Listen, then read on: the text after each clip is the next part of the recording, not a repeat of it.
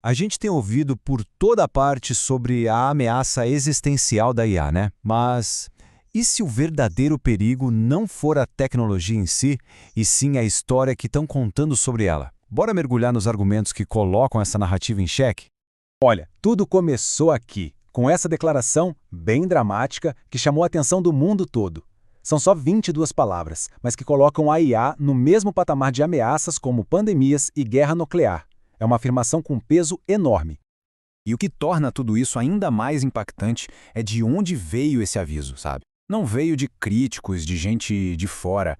Veio dos próprios líderes de empresas como a OpenAI, o Google, a Microsoft. Pensa só, as mesmíssimas pessoas que estão lá construindo a IA são as que vêm a público alertar sobre o potencial dela de acabar com o mundo.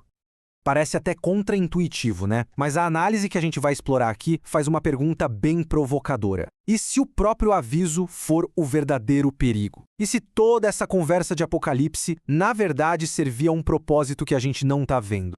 E isso nos leva ao primeiro grande argumento dos críticos. A tese é que todo esse papo de fim do mundo não é um alerta genuíno, mas sim uma grande e muito sofisticada distração.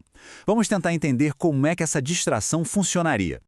Robert Fox-Khan, que é especialista em tecnologia, resume bem esse ceticismo todo. A análise dele aponta para uma contradição que salta aos olhos. De um lado, um aviso público sobre os perigos, do outro, essas mesmas empresas acelerando, contudo, o desenvolvimento da tecnologia. A pergunta que fica é: por quê?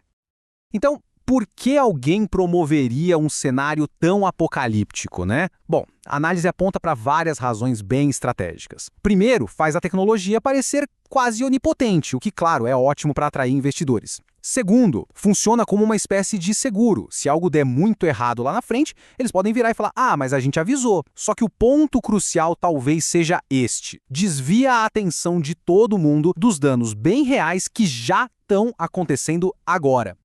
E já que a gente tocou no assunto desses danos, vamos fazer exatamente isso. Deixar a ficção científica de lado um pouquinho, o que acontece quando a gente para de olhar para um futuro hipotético e foca nos problemas reais, documentados, da IA que existem hoje. O contraste é gritante. De um lado da conversa, a gente tem a história de ficção científica. Superinteligências fora de controle, cenários de exterminador do futuro. Do outro, a realidade atual, que é muito mais pé no chão, mas nem por isso menos prejudicial. A gente está falando de algoritmos com preconceito, de roubo de direitos autorais, violações trabalhistas e uma avalanche de golpes e desinformação.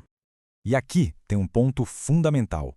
Um apocalipse de IA, em teoria, afetaria todo mundo igual. Mas os danos de hoje são seletivos. Eles atingem de forma desproporcional comunidades que já são marginalizadas. O que talvez explique por que são tão fáceis de serem ignorados no debate público, né? A pesquisadora Débora Raj resume bem o problema. Ela argumenta que essa fixação com um futuro distópico impede a gente de agir sobre os problemas concretos que já existem. A conclusão é direta. Enquanto a atenção está toda nos robôs assassinos, questões reais que poderiam ser resolvidas hoje são deixadas de lado.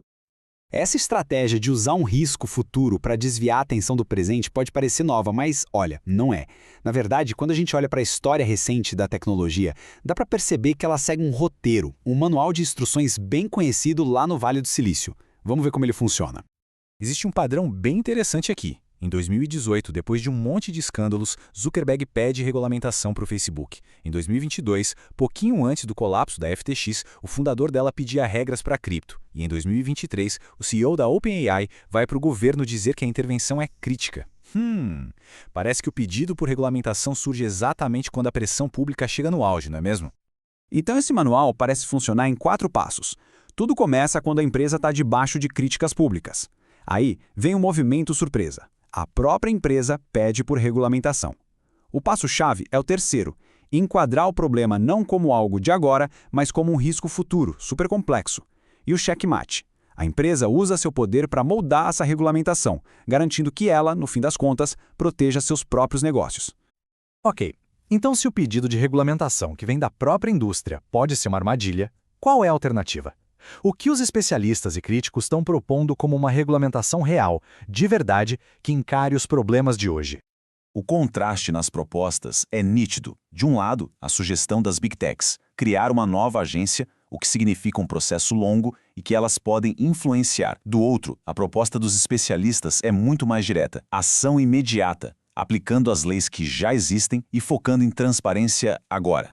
E o que poderia ser feito na prática hoje mesmo? As ideias não são novas, viu? Elas estão na mesa há anos. Coisas como exigir transparência total nos dados de treinamento, responsabilizar as empresas por conteúdo prejudicial e simplesmente usar o arsenal de leis que a gente já tem sobre direitos civis, proteção ao consumidor e propriedade intelectual.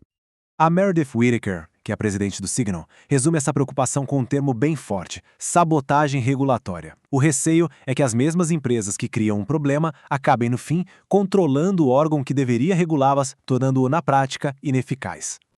Então, o ponto principal que surge dessa análise toda é este: as ferramentas para uma regulamentação de verdade já existem.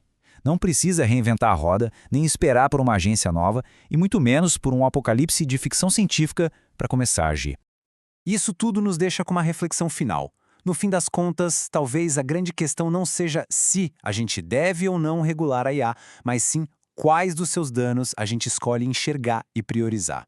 Vão ser aqueles de um futuro distante, super especulativo, ou os que já estão afetando pessoas de verdade hoje?